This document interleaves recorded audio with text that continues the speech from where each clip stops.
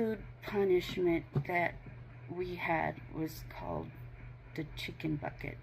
It was a 5-gallon compost pail under the sink filled with rotting food, moldy scraps, and waste meant for our farm animals.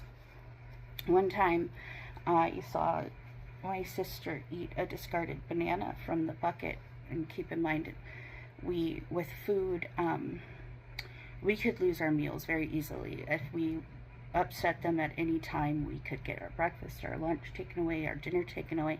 Some days we would go without a full meal, and it just depended on whether or not they had decided we had been extremely disobedient. But they took food away from us often, and I'll show a couple pictures here to show that I was a small child, and the pictures that I'll show actually was during a time that they had begun to say that I was growing fat. So you'll see.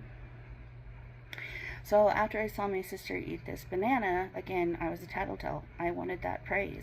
I ran and told Ginger, and Ginger forced her to eat out of the bucket for the rest of the day as her only meal.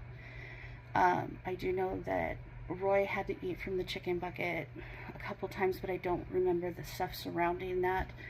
And then it was my turn. I offended my parents at the dinner table. I can't even remember what I did. And they sat me in the utility room in full view of the front door. They placed the chicken bucket in front of me and told me I couldn't get up until I ate 5 bites of the rotten food. Even when guests arrived and saw me, my mother didn't stop me. I was still sitting there in front of people, looking in this bucket, not wanting to eat this rotten food, but also I didn't have a choice. They weren't going to let me get up. They weren't going to let me eat any other food.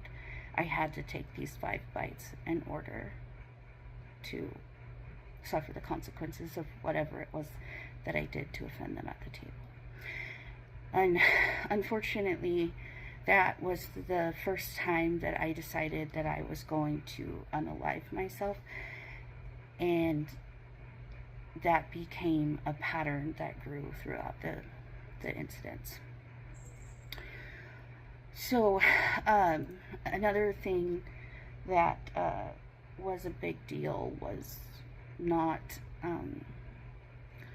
disobeying at all. Like, if she told us not to do something and then we did it, we could get in an insane amount of trouble.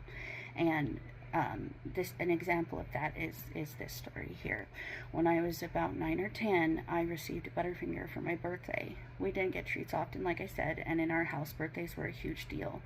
They were also something